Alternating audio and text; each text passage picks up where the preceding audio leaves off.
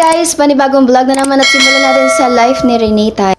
Alam nyo guys, tinatamad talaga ako mag-edit ng vlog and hindi ko alam kung vlog ba to or what kasi talagang ang daming pangyayari and hindi ako masyado nakapag-film kasi nga talagang nakakatamad din pala talaga pag lagi ka nag-video and gusto ko lang talagang i-capture to yung moment na hindi naman ako yung mag-e-enroll kasi enroll na ako lumipat ako ng ibang school.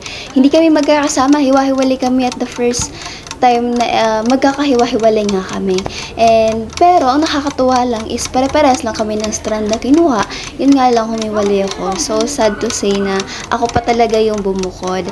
And alam nyo guys, kagabi pa ako excited na samahan tong dalawa na to magpa-enroll. And natatawa ako kasi gabi pa lang kinakabahan na tong dalawa na to Hindi ko naman in-expect na hanggang ngayon talaga kakabahan pa rin tong dalawa na to. And tingnan mo naman talaga si Rene, 'di ba?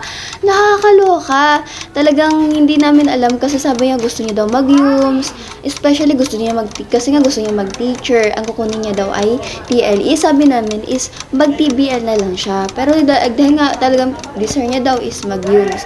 Pero bigla nung nakausap na namin si Alay, na biglang nabago yung isip niya, 'di ba? So bumalik ulit kami ng school. That time is 12:15 na. 12:15 naglakad pa kami. Wala pa kaming kain, guys. Talagang grabe yung gutom namin. Pero ayun, tuloy lang kami. Na nagpunta na kami diyan, hinahanap niya. Ilang oras din niyang hinahanap yung papel niya. Nakakaloka nung nahanap na niya. 'Di ba?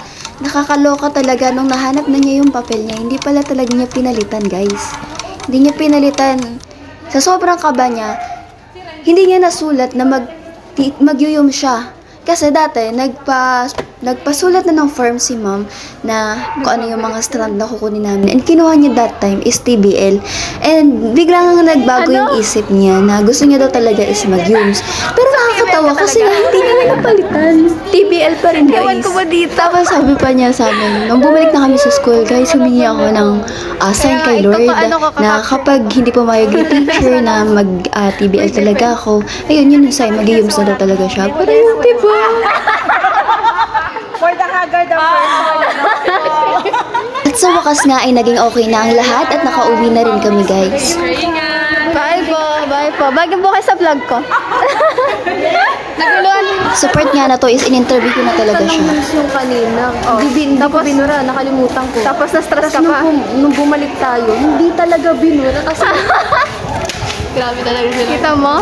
A few moments later. At makalipas nga ang 4 na oras ay nagbabalik nga kami. Nakalimutan ko na mag-film kasi nga nagutom ako Nagluto ako ng CJ. And ayan, sa mga oras na yan, ipapunta na kami kina Rene. Pero before that is magda-drop off muna ako kasi duman ako sa work. So nagtutusan tayo. After nga namin mag-drop off ng Lazada sa Bustos is dumaan na rin kami para bumili ng pizza and dediretso na kami kina Rene pero nakakagulat kasi kami pa yung na-surprise. Dapat may plan kami na ipaprank namin sila si Jay. Pagbaba ko nga ng tricycle is bumunga agad si Randall sa akin. Kaya ayun, sira na yung plano. Nag-TikTok na lang kami. The Purge. Dahil kayo nood kami ng The Purge. Demo.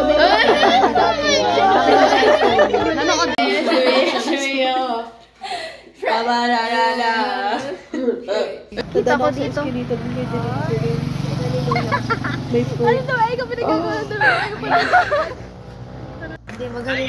Hi guys. With The Purge. Dahil kayo nood kami ng The Purge. Pero may kanya-kanya kami ginagawa. Ay, nasan ka na? Nanood pa kung cellphone, di ba? Pero siya. Patayin ko na ba? Ito magalaga At sa sobrang dami nga nangyari, naglakad kami ni CJ from kina Rene and nakapadaan kina Russell at may nakalimutan, bumalik, kumain at dyan nga nagtapos yung vlog.